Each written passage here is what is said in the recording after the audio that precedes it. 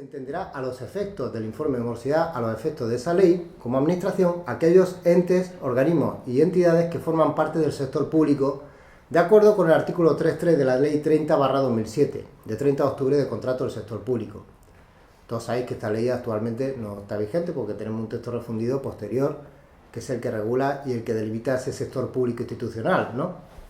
¿Qué sector público es el que se está refiriendo en definitiva ese artículo 4 de la Ley 15? Pues todo lo que sea considerado a los efectos del texto refundido de la Ley de Contratos de la Administración Pública como poder adjudicador. Y vamos a ir un paso más allá. Vamos a ir a la regulación del sector público que establece el artículo 2 de la Ley 40, que establece que la Ley de Régimen Jurídico del Sector Público se aplica también, evidentemente, a las entidades que componen la administración local y que el sector público institucional está considerado por cualquier organismo o entidad de derecho público vinculado o dependiente de algún modo de la administración pública. En todo caso, siempre que se ejerzan potestades administrativas. Pero en el apartado 2b se establece lo que yo llamo el salto vertiginoso, de decir que va a ser considerado como sector público institucional todo lo que de alguna forma, directa o indirectamente, esté vinculado con el sector público y sea público o privado, entidades de derecho privado vinculadas o dependientes de las administraciones públicas, quedarán sujetas a lo dispuesto en esta ley. No pretendo ir más lejos, sino solamente dejar un aviso a navegantes de por dónde van a ir los tiros, ¿no? El informe de morosidad, en definitiva, distingue qué entidades van a formar parte de nuestro sector público institucional para informar la morosidad de los periodos medios de pago. Y para eso va a tomar en consideración un perímetro mucho más amplio que el establecido en el Real Decreto de Periodo Medio de Pago, que es aquellas entidades que sean consideradas por la norma como sector público o poder adjudicador, en el marco de la Directiva 2011 de la Unión Europea, que establece que poder público será todo aquello definido como poder adjudicador según la propia directiva.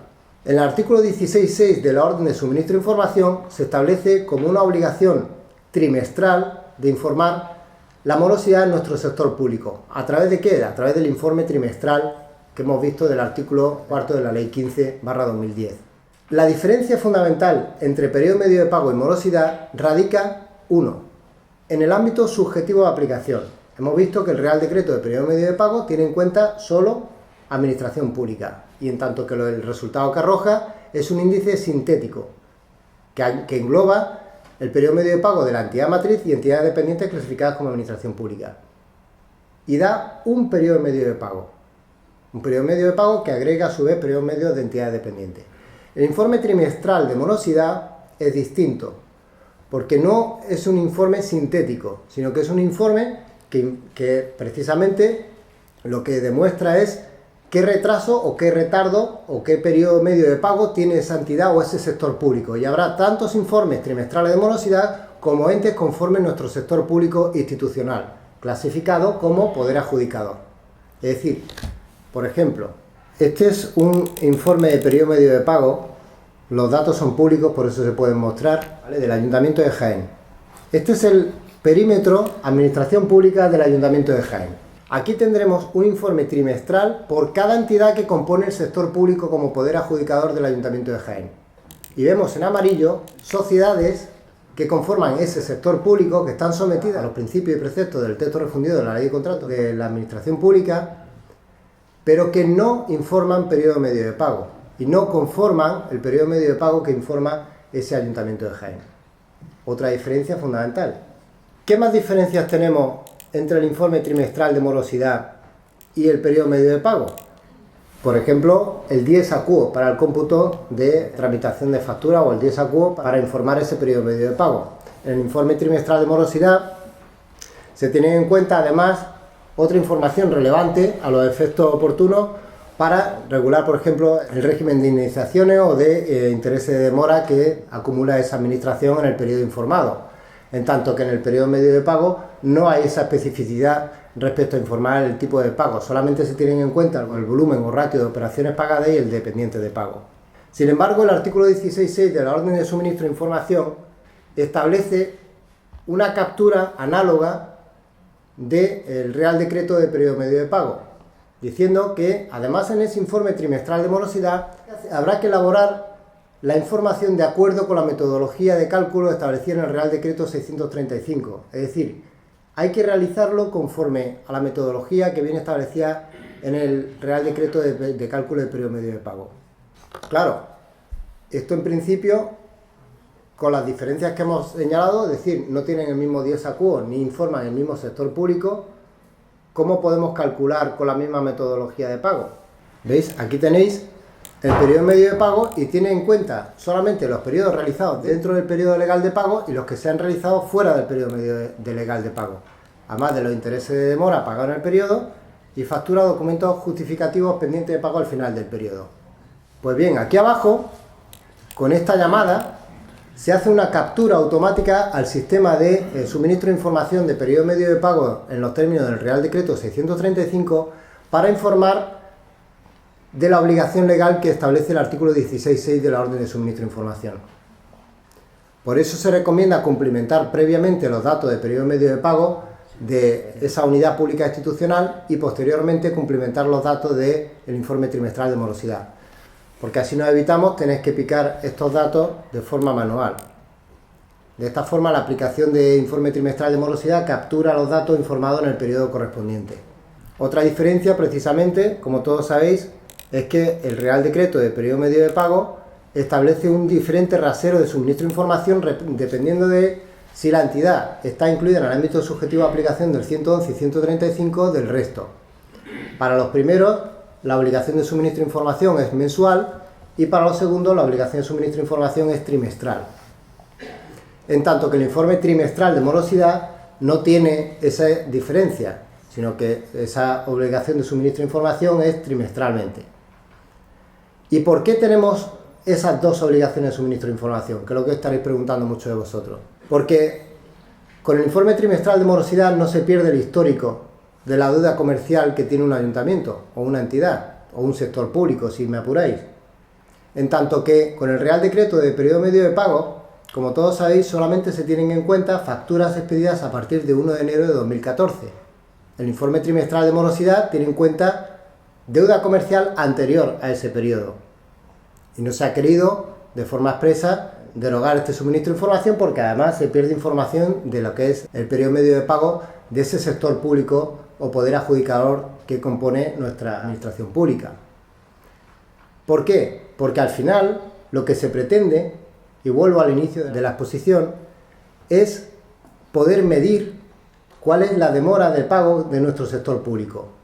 Es decir, cuál es la sostenibilidad financiera de la deuda comercial de nuestro sector público.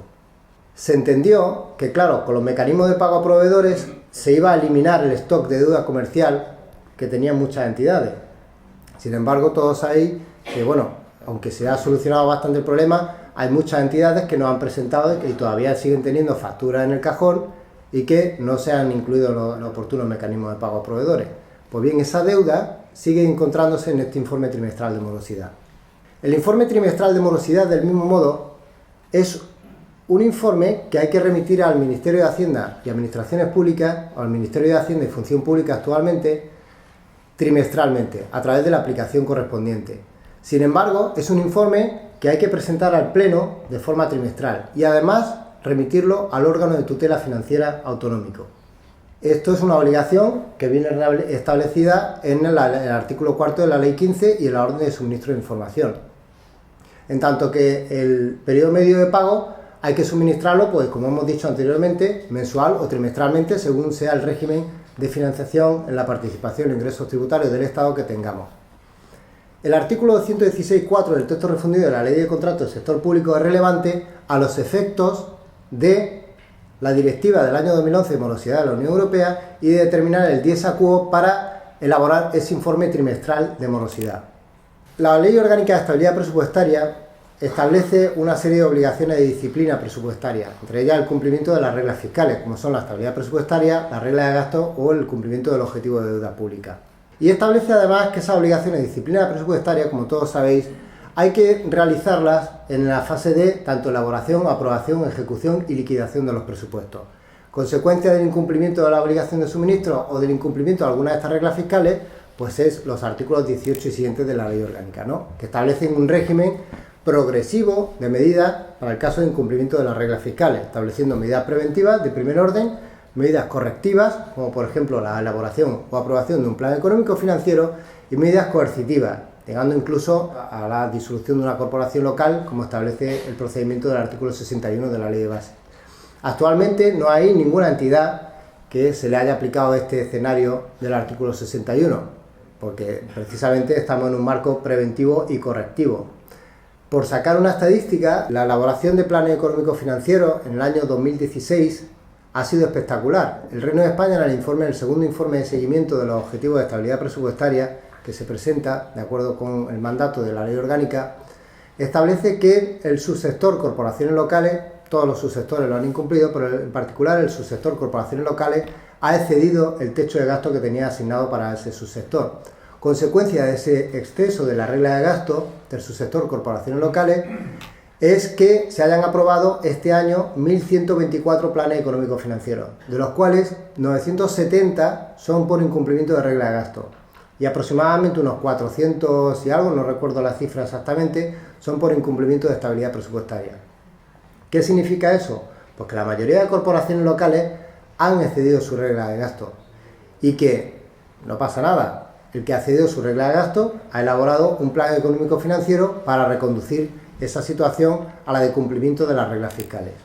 ¿Qué ocurre con la estabilidad presupuestaria? ¿Cuándo hay que realmente elaborar un plan económico financiero? Cuando se ha constatado realmente el incumplimiento de la estabilidad, es decir, con motivo de la liquidación del presupuesto. Por eso el artículo 18 de la Ley Orgánica establece que la Administración Pública evitará o tenderá a realizar actuaciones preventivas para evitar que al cierre del ejercicio se produzca un incumplimiento de la estabilidad. Luego, solo podremos aprobar o solo deberemos de aprobar un plan económico financiero cuando realmente hayamos constatado ese incumplimiento de la regla fiscal. Pensad que, por ejemplo, con una modificación presupuestaria que tengamos a mediados de año, el interventor, con buen criterio, dice que esa modificación presupuestaria incumple la regla de gasto y la estabilidad presupuestaria, y como consecuencia de ese incumplimiento puntual habría que elaborar un plan económico financiero. Bueno, todavía quedan 6 meses de ejercicio y es probable que la propia corporación establezca mecanismos o medidas preventivas para asegurar, a pesar de esa modificación presupuestaria, que al cierre del ejercicio se van a cumplir con las reglas fiscales, lo cual obviaría la necesidad de aprobar un plan económico financiero a mediados de año. En tanto que si ya tenemos un dato constatado de incumplimiento que es con motivo de la aprobación de la liquidación del presupuesto, sí habrá obligación de elaborar un plan económico financiero, además en los plazos señalados en las normas. Los planes económicos financieros tienen un plazo de 3 meses para entrar en funcionamiento, desde la constatación del incumplimiento de alguna de esas reglas fiscales, que en definitiva el incumplimiento o la necesidad de elaborar un plan económico financiero es por incumplimiento de la estabilidad presupuestaria o de la regla de gasto. No tanto del objetivo de deuda pública, porque todos sabéis que en la Ley Orgánica el cumplimiento del objetivo de deuda pública es asignado a nivel de subsector. Es decir, a nivel de subsector, corporaciones locales, actualmente se está cumpliendo con el objetivo asignado, por lo tanto no habría obligación de elaborar un plan económico financiero porque se incumpla el objetivo de deuda. Respecto al seguimiento de los planes económicos financieros nos pasa un poco lo mismo que lo que pasaba en el Real Decreto de Periodo Medio de Pago. Dependerá de si la entidad está encuadrada en el ámbito subjetivo de aplicación del 111-135 del texto refundido de la Ley de Hacienda Locales. Si es de los primeros, es decir, el régimen de variables, pues es un poco aprobar su propio plan económico financiero y elaborar anualmente un informe de seguimiento de ese plan económico financiero. Y si es una entidad de cesión, pues será el órgano de tutela el que tras la aprobación provisional del Pleno de ese plan económico financiero apruebe definitivamente el plan. La tramitación de la aprobación por parte del órgano de tutela suspende los plazos administrativos fijados en la Ley Orgánica para poner en marcha un plan económico financiero. Pero el requisito sine qua non que ese plan, válidamente autorizado definitivamente por el órgano de tutela autonómico, se remita al Ministerio de Hacienda y Función Pública a través de la aplicación PEFEL 2, porque es el instrumento y el mecanismo que tiene el Ministerio en este caso para recibir los planes económicos financieros, independientemente de que el órgano de tutela haya introducido unos criterios más o menos restrictivos respecto de la elaboración de esos planes económicos financieros. el plan ha de ser remitido y canalizado a través de la aplicación al Ministerio. ¿Por qué digo esto? Porque hay algún órgano de tutela que establece incluso algún cálculo o alguna regla de cálculo más rigurosa de la que actualmente está establecida para el cálculo del techo de gasto en los planes económicos financieros. Nada impide que en el ejercicio de esa tutela financiera, ese órgano de tutela establezca una disciplina fiscal incluso más severa de la que establece el propio plan. Y dicho esto, me gustaría hacer un pequeño inciso respecto del escenario de regla de gasto establecido en los planes económicos financieros. Cuando aprobamos un plan económico financiero por haber incumplido la tasa de referencia o el techo de gasto que nosotros teníamos asignado, la senda de gasto que se establezca en ese plan va a ser la que marque el gasto que efectivamente va a tener esa entidad en el ejercicio de constatación de incumplimiento en el siguiente, independientemente de que el acuerdo de Consejo de Ministros correspondiente establezca una tasa superior o inferior a la aprobada definitivamente por parte de esa entidad.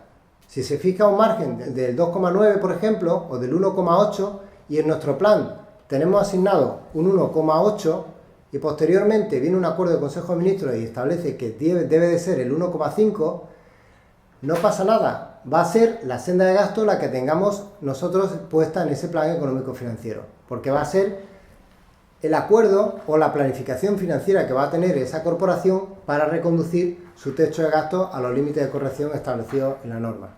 El seguimiento del plan económico financiero, de igual modo, será trimestral para la entidad de 111-135, sin perjuicio de que semestralmente el órgano de tutela financiera tenga que hacer un informe de seguimiento de ese plan económico financiero que ella misma ha aprobado. Estos informes de seguimiento son públicos y son accesibles a través de la página web de la Central de Información del Ministerio de Hacienda y Función Pública. Bueno, voy a saltar un poco por encima. Tenemos otro tipo de plan de saneamiento financiero, al que me referiré luego posteriormente, que es el del artículo 24 del Reglamento de Estabilidad Presupuestaria, que avancé al principio. Este plan lo que tiene en cuenta es si la dotación de recursos en un escenario previsto de estabilidad presupuestaria, esa sociedad no financiera, es decir, esa entidad del artículo 2.2 de la Ley de Estabilidad Presupuestaria, ha incurrido en pérdida en un ejercicio. Si esa pérdida proviene de una situación no prevista en un escenario de estabilidad presupuestaria por parte de esa entidad matriz, entonces estaremos obligados a aprobar un plan de saneamiento financiero. Un plan que será a 3 años y que además tendrá los mismos requisitos de aprobación y seguimiento que el resto de planes económicos financieros regulados en la ley orgánica. Por tanto, este artículo 24 tiene plena aplicación. Aunque no sea un desarrollo de lo establecido en la ley orgánica posterior, en la ley orgánica de 2012, tiene aplicación para las entidades o sociedades no financieras dependientes de nuestro sector público en el caso de que presenten pérdida en un ejercicio.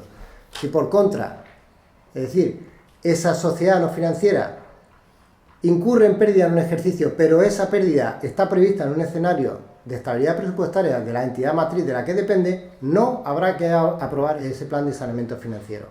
¿Qué ocurre con los planes de saneamiento y los planes de reducción de deuda? Estos planes actualmente no están vigentes, como todos sabéis. ¿Por qué no están vigentes? Porque estos planes nacieron inicialmente con las famosas refinanciaciones de las disposiciones adicionales de la Ley de Presupuestos Generales del Estado para cada año. ¿Qué se pretendió con estas refinanciaciones de deuda? Se pretendió, en un momento en el que estaban todos los mecanismos de pago a proveedores, aliviar la carga financiera de las entidades locales mediante la introducción, incluso o alargamiento del plazo o de la vida útil de la operación, con el objetivo de que esa corporación que refinanciaba esa deuda relajase un poco la carga financiera anual que tenía. Esta posibilidad de refinanciación no es posible porque no hay una habilitación normativa ahora mismo en la ley de presupuestos, ni en la prórroga, como todos sabéis. Actualmente, la única posibilidad que hay, y con esto introduzco algo del régimen de endeudamiento para 2017, es sustitución de deuda. Sustitución en los términos del artículo 49.1d del texto refundido de la Ley de Haciendas Locales. Por sustitución de deuda, tenemos que considerar sustitución, puede ser individual, operación a operación, o sustitución colectiva de operaciones. Sustitución colectiva de operaciones, en definitiva, es coger todas esas operaciones financieras y bajarles el tipo de interés. Se puede incluso modificar el plazo de vida útil de estas operaciones, pero para acortarlo, nunca para alargarlo. ¿Por qué no existe actualmente esa posibilidad de refinanciar operaciones? No está previsto legalmente. Desde la Unión Europea también se está insistiendo un poco en aliviar el sistema de insolvencia que hay todavía en el sector público y en el sector privado.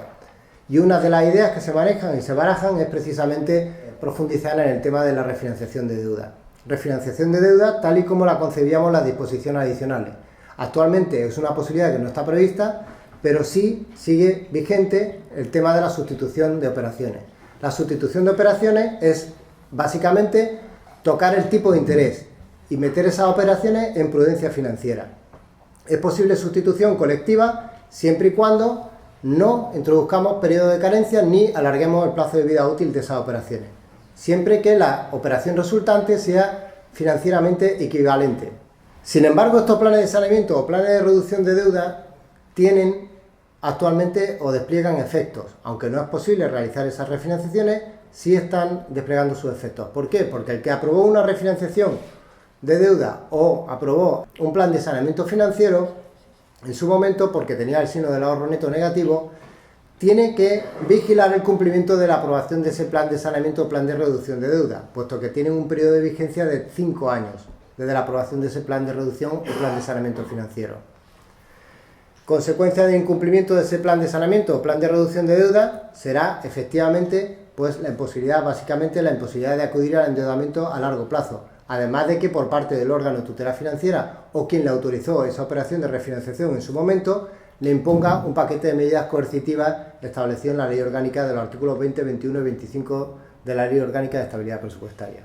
Bueno, existen otro tipo de planes, como todos sabéis, el plan de saneamiento financiero del artículo 53 del texto refundido, que en el caso de que se va a solicitar la autorización para endeudamiento a largo plazo y tenemos ahorro neto negativo, la Ley de Haciendas Locales permitía, y digo permitía porque tenemos la disposición final 31 de la Ley de Presupuestos Generales del Estado para el año 2013, que como todos sabéis tiene vigencia indefinida y prohíbe el acceso al endeudamiento si tenemos un ahorro neto negativo. Lo que establece el artículo 53 de la Ley de Hacienda Local es una planificación financiera para cambiar el signo de ese ahorro neto que tenemos en el ayuntamiento cuando vamos a solicitar un endeudamiento a largo plazo. Es un plan de saneamiento financiero que básicamente es un conjunto de medidas que tocan ingresos y tocan gastos para reconducir la situación de ese ahorro neto a positivo en un plazo de 3 años. Puede ser 2 años, puede ser 1 año, pero el objetivo es final reconducir el ahorro neto a positivo en un plazo de 3 años. Hay otro tipo de plan de saneamiento que se denomina, o que hemos denominado en un acto de atrevimiento, jurisprudencial. ¿Por qué? Porque ha sido las sentencias en 1807 del año 2008 del Tribunal Supremo la que ha venido a establecer, podríamos decir que el cerramiento de lo establecido en el artículo 193 de la Ley de Haciendas Locales, es decir, la teoría de los 3 imposibles. Si liquidamos el presupuesto con el remanente de tesorería negativo, tenemos que adoptar una de estas medidas que vienen en el artículo 193. 1. Bajar gasto por el importe equivalente al déficit. 2. El concierto de una operación legislatura para sanear ese déficit de remanente de tesorería. O 3. Aprobar nuestro presupuesto con un superávit equivalente al déficit producido en ese remanente de tesorería. Pensad, claro, que una entidad que liquida con un déficit de tesorería o un remanente de tesorería ajustado, acumulado, pensemos, 1 millón, 2 millones de euros, normalmente, difícilmente va a poder recortar gastos por ese importe, difícilmente va a poder concertar una operación legislatura en 4 años para absorber ese remanente y difícilmente va a poder elevar sus ingresos no financieros en esa cuantía equivalente al déficit producido. Es decir que este plan de saneamiento del remanente de tesorería negativo de jurisprudencial solamente tendría aplicación en el supuesto de que la entidad haya acreditado que no es posible adoptar ninguna de estas medidas, tal y como bien establecía en el 193. Es decir, que no podemos ni aprobar reducción de gastos, ni concertar esa operación, ni incrementar ingresos, sino un ciclo combinado de estas medidas en un plazo en medio. Es decir, estaríamos hablando en un plazo de 3 años aproximadamente. Habría que analizar en qué cuantía o en qué años se ha generado ese remanente de tesorería negativo para ver cómo se va a absorber ese signo y planificar financieramente cómo se va a eliminar ese remanente negativo. Y ahora nos vamos a centrar en la sostenibilidad financiera. ¿Qué entendemos por sostenibilidad financiera en los términos de la ley orgánica? Bueno, pues la ley orgánica en el artículo 4 define la sostenibilidad financiera en una triple versión. 1. Sostenibilidad financiera es la capacidad para financiar compromisos de gastos presentes y futuros dentro de los límites de déficit, deuda pública y morosidad de la deuda comercial conforme a lo definido en esta ley.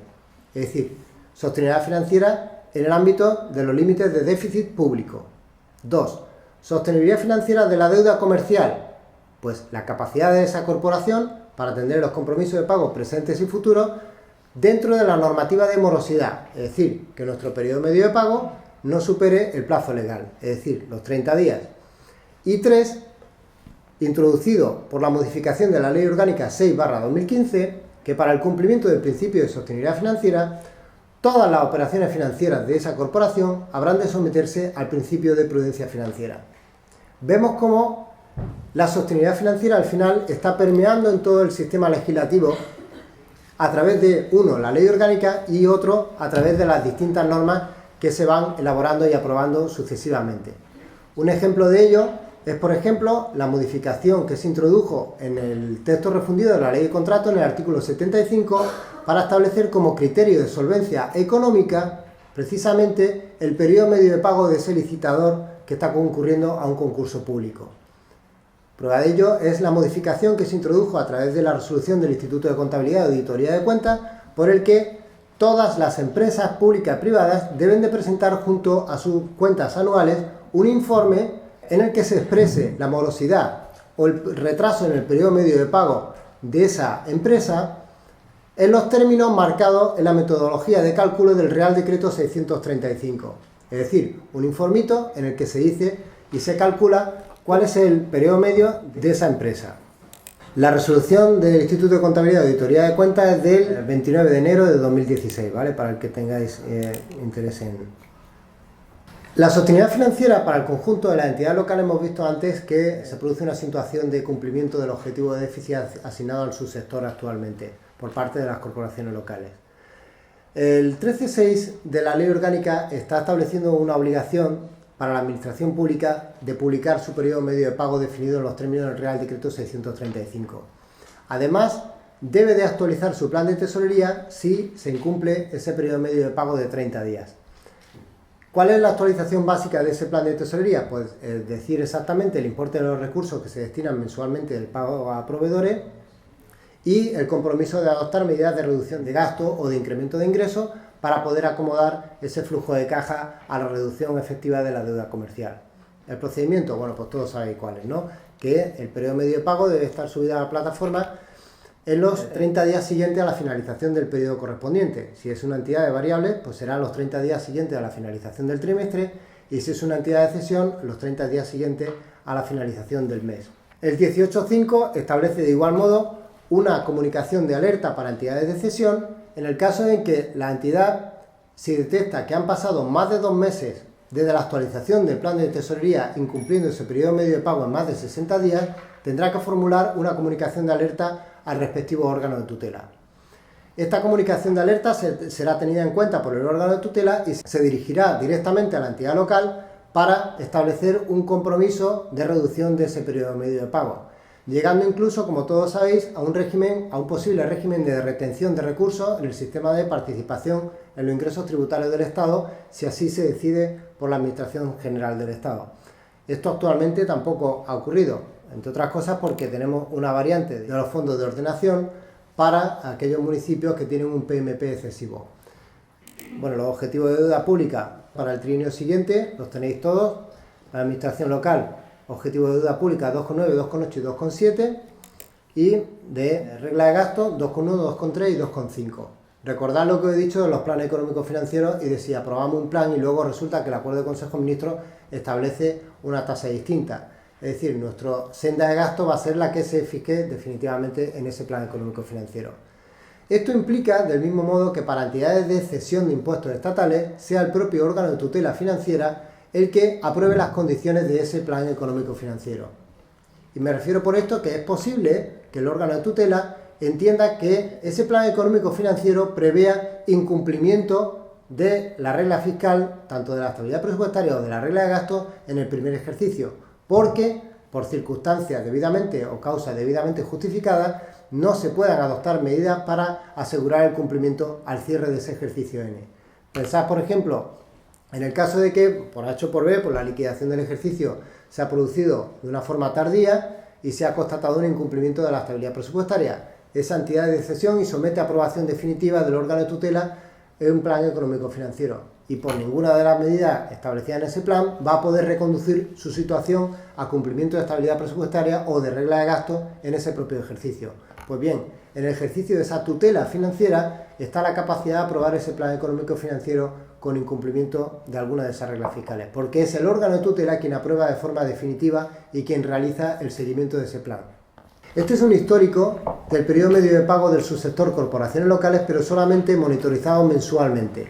Como dije al principio, respecto a entidades de cesión tenemos un porcentaje muy alto de cumplimiento. Hay unas 150 entidades de cesión, de las cuales 148, 149 normalmente suministran información regularmente de carácter mensual.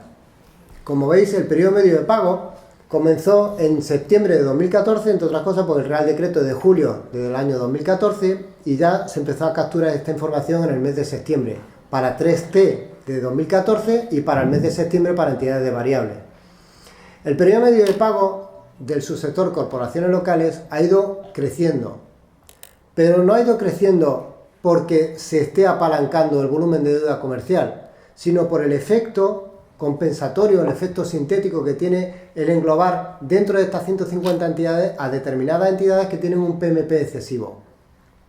Veis cómo la evolución desde septiembre de 2014 hasta noviembre, diciembre, con datos de avance ya de 2016, ha sido de incremento. Sin embargo, si tenemos en cuenta solamente aquellas entidades que presentan un PMP inferior a 60 días, el periodo medio de pago de este subsector o de la entidad de cesión está en una media de 15 días. Con lo cual podemos decir que realmente el subsector corporaciones locales para entidades de cesión, que es la muestra más representativa que tenemos, es de posición de cumplimiento absoluto de la norma de estabilidad presupuestaria y de morosidad de la deuda comercial. Aquí está la simulación gráfica de lo que sería ese periodo medio de pago del subsector corporación local e entidad de cesión y vemos cómo la media se sitúa en los 15 días. De hecho, hay un salto cualitativo muy importante desde noviembre a diciembre de 2016. ¿Por qué? Porque en diciembre, si os fijáis, aquí diciembre de 2014, diciembre de 2015 y diciembre de 2016 con datos de avance, es un mes de una fuerte tensión de tesorería y normalmente, como es el cierre del ejercicio, pues se tiende a reducir la deuda comercial lo máximo posible. ¿Cómo es la evolución de la deuda comercial que tenemos? Pues a un ritmo bastante bueno. Significativamente podemos decir que el periodo medio de pago de una entidad no va a mejorar porque paguemos las obligaciones que tenemos más recientes, sino se va a reducir efectivamente porque reduzcamos el volumen de la deuda comercial que tiene apalancada esa entidad. Es decir, no por pagar las facturas más recientes va a bajar mi periodo medio de pago, en contra de lo que creen muchos gestores o muchos alcaldes. El periodo medio de pago de esa entidad solo va a bajar si reducimos efectivamente esa deuda comercial, pagando no solo lo reciente o lo del periodo, sino la deuda apalancada que tenemos de periodos anteriores. Aquí se ve cómo al final el volumen de deuda comercial de este subsector se va reduciendo efectivamente, situando picos muy altos, coincidente con la entrada en efecto de mecanismos de pago a proveedores. ¿Y cuál es la evolución a la baja de esa reducción efectiva del volumen de deuda comercial en manos del subsector corporaciones locales? Aquí vemos un ejemplo de cómo apalanca deuda y cómo evacúa deuda comercial un ayuntamiento muy endeudado o dos ayuntamientos muy endeudados de España. Por ejemplo, el Ayuntamiento de Jaén con un periodo medio de pago de 588 días en noviembre y el Ayuntamiento de Madrid con un periodo medio de pago de 3 días en el mes de noviembre. Pensad que, por ejemplo, el Ayuntamiento de Jaén paga en ese periodo por 1,5 millones de euros, en tanto que apalanca pagos por 94 millones de euros. El Ayuntamiento de Madrid, en cambio, otro de los ayuntamientos más endeudados de España, sin embargo, paga en ese periodo por 95 millones de euros, en tanto que tiene un volumen apalancado de pagos pendientes de 112 millones. Realmente el gap que tiene de apalancamiento de deuda comercial en ese periodo es de 93 millones para el Ayuntamiento de Madrid y 17,6 para el Ayuntamiento de Jaén. ¿Por qué? Porque realmente su capacidad de pago es muy elevada. Por eso su periodo medio de pago está en 3 días, en tanto que el Ayuntamiento de Jaén, 588, con dato de avance de diciembre, ya se va a 600 días, no tiene capacidad para evacuar esa deuda comercial. Y el artículo 7.4, ¿qué pasa con él? El artículo 7.4 sigue vigente y no ha sido afectado por las recientes sentencias del Tribunal Constitucional a raíz de los recursos de inconstitucionalidad planteados por la aprobación de la Ley de Racionalización y Sostenibilidad de la Administración Local.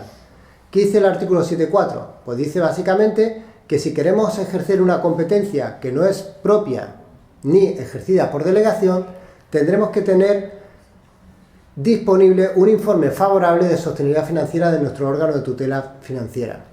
¿Qué dice este informe de sostenibilidad financiera? ¿O qué tiene en cuenta básicamente este informe de sostenibilidad financiera? Pues uno, y muy importante, el periodo medio de pago declarado.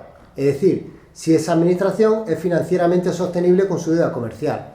2, las magnitudes de remanente de tesorería y resultados presupuestarios. Realmente la mejor radiografía que hay de una entidad es ver su remanente de tesorería, si está bien calculado, evidentemente, ¿no? Pues si está mal calculado, entonces nos estamos engañando a nosotros mismos. Y el volumen de su deuda financiera, así como otros índices o otros factores que pueden afectar a lo que es el riesgo de la entidad. Es decir, si va a tener que endeudarse para asumir esa competencia, el efecto de la asunción de esa competencia para ejercicio futuro y finalmente, pues si el ejercicio de esa competencia que puede considerar como impropia, le va a afectar al final a la sostenibilidad financiera de esa corporación. Este informe es un informe independiente del que tiene que evacuar la administración competente por razón de la materia, en el que se declare que hay una inexistencia de duplicidades y que efectivamente esa corporación local puede ejercer esa competencia de manera autónoma.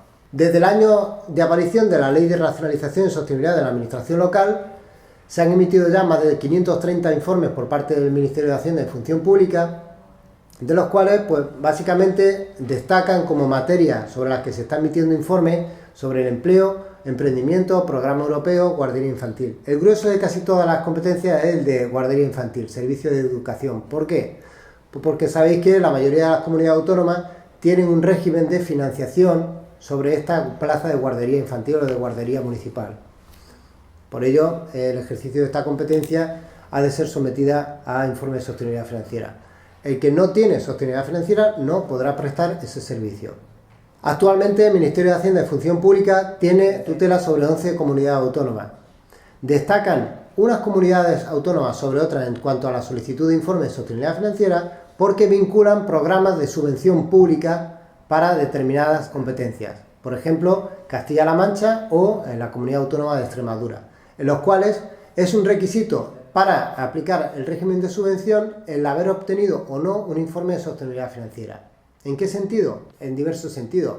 Por ejemplo, la Comunidad Autónoma de Extremadura vincula la obtención del informe negativo de sostenibilidad financiera a la concesión de una subvención. En tanto que, por ejemplo, la Comunidad de Madrid, para el caso Prisma, que es un programa regional de inversiones que incluso financia gasto corriente, se tiene en cuenta la capacidad o la sostenibilidad financiera de un conjunto de corporaciones locales para llegar a un porcentaje mayor de subvención que otro si la sostenibilidad financiera es negativa o no. Es decir, si hay un grupo de entidades o corporaciones locales que tienen una situación económica negativa o no son financieramente sostenibles, el porcentaje de subvención de la comunidad autónoma bajo el programa Prisma podría llegar incluso al 95%. Para otras comunidades autónomas, por ejemplo, vinculan la emisión de informes de sostenibilidad financiera, es decir, que esa administración sea financieramente sostenible para poder ser beneficiario precisamente de esa subvención. Entonces, claro, eso nos obliga a nosotros desde el Ministerio de Hacienda a correr para la emisión de ese informe, para poder solicitar la subvención, etcétera, etcétera, etcétera. Bueno, cualquier pregunta que tengáis, yo sé que eso es mucha información la que he dado, pero seguro que tenéis preguntas muy interesantes que formularon y que estaré encantado de responder. Muchas gracias.